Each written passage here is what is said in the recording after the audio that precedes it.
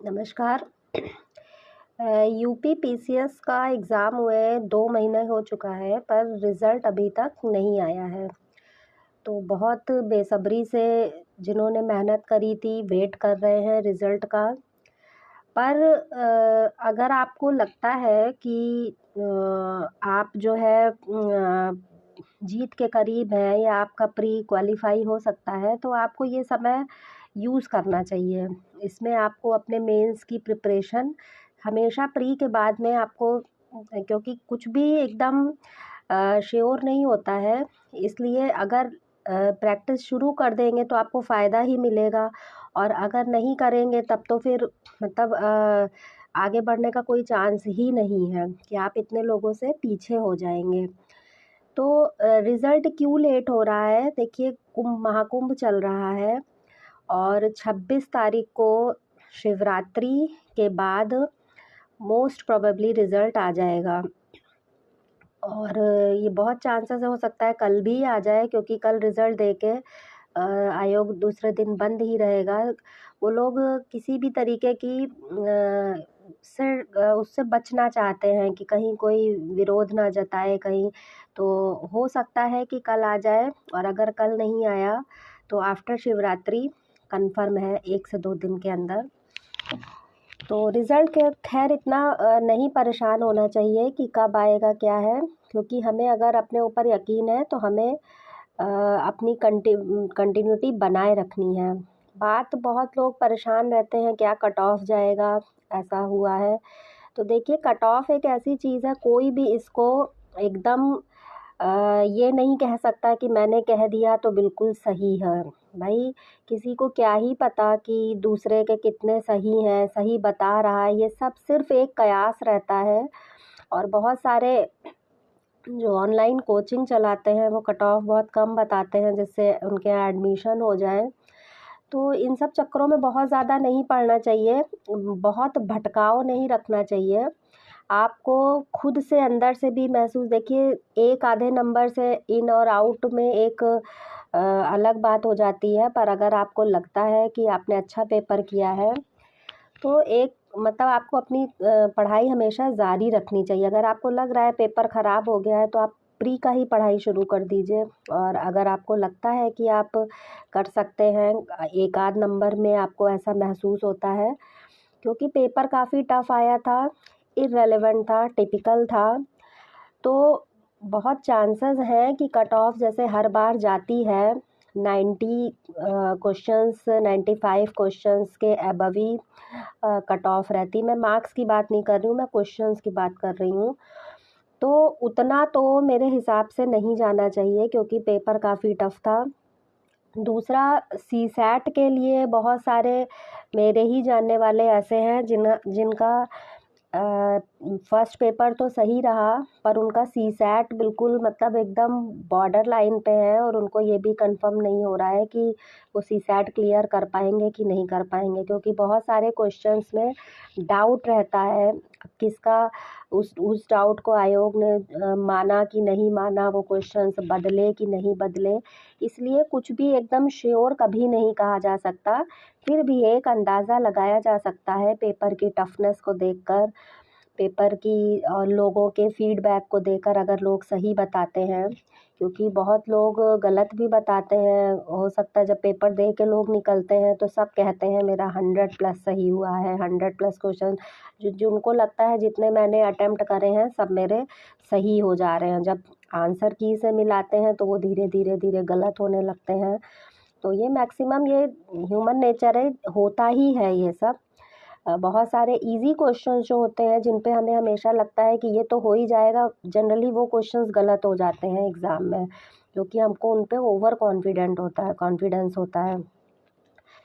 तो फिर भी जो इतना इर्रेलेवेंस था पेपर, उस इर्रेलेवेंसी को देखकर अगर बात की जाए तो कट ऑफ के जो सोचा जा रहा है, देखिए यूपी पीसीएस है इसलिए कट ऑफ बहुत ज़्यादा कम तो नहीं जाने वाला, जैसे कुछ लोग बताते हैं कि 50 और 55 क्वेश्चंस पे लोगों का सिलेक्शन हो जाएगा। तो देखिए, ऐसा तो नहीं होने वाला है।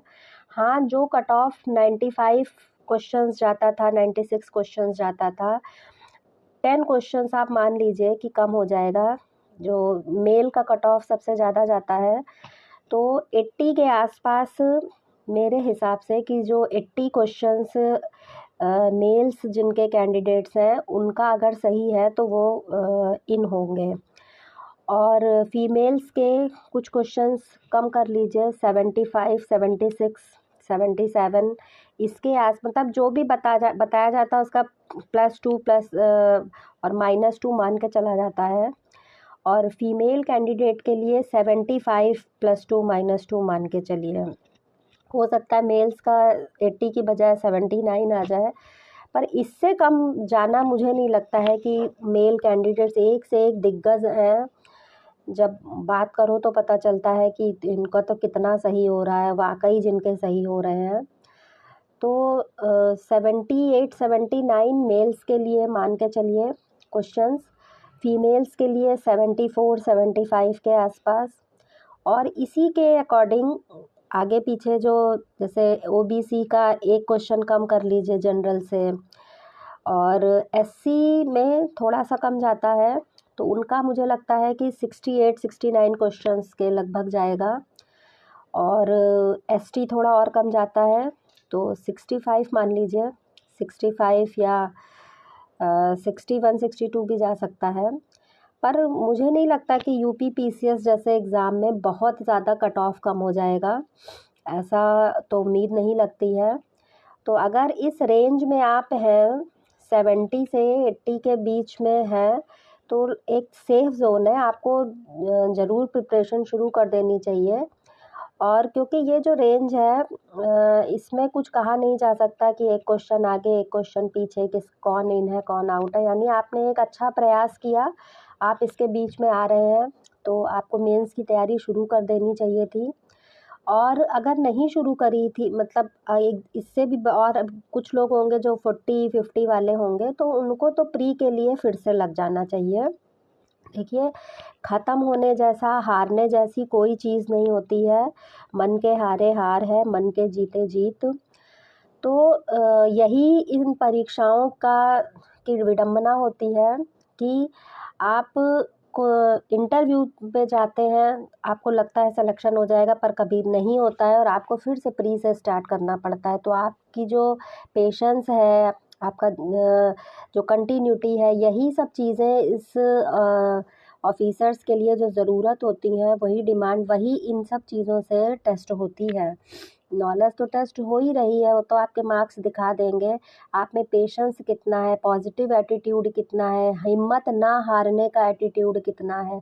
बहुत सारी सिचुएशंस ऐसे आती हैं जिसमें लगता है कि अब कुछ बचा ही नहीं है।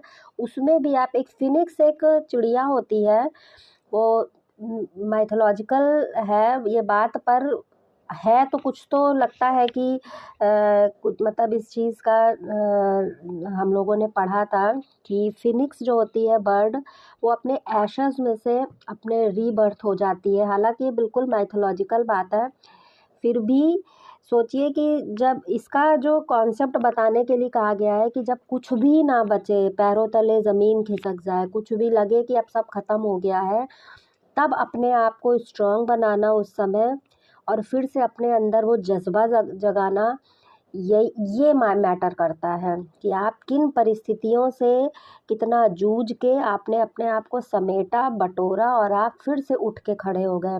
गिरना बुरी बात नहीं होती है, नेचुरल है, ह्यूमन बीइंग है गलतियाँ होना, बट उनसे गलतियों से सीखना। आप गिरे हैं तो उठना, आपने कोशिश करी, अच्छी कोशिश करी, नहीं परिणाम अच्छा आया, कोई बात नहीं। आपको जब तक आपकी एज है, जब तक आप उस चीज़ के लिए एलिजिबल हैं, अपनी कोशिश जारी रखिएगा। कोशिश करने वालों की कभी हार नहीं होती, बैठे रहने से नौका पार नहीं होती। ये बात हमेशा ध्यान रखिएगा कि सिर्फ बैठे रहेंगे तो कभी नहीं पार लगेगा, कोशिश करते रहेंगे तो कहीं न कहीं आप ज़रूर पहुँच जाएँगे। धन्यवाद। और उम्मीद है कि अगले वीडियो में हम लोगों को एक पॉजिटिव न्यूज़ के साथ में आपके साथ में होंगे। धन्यवाद।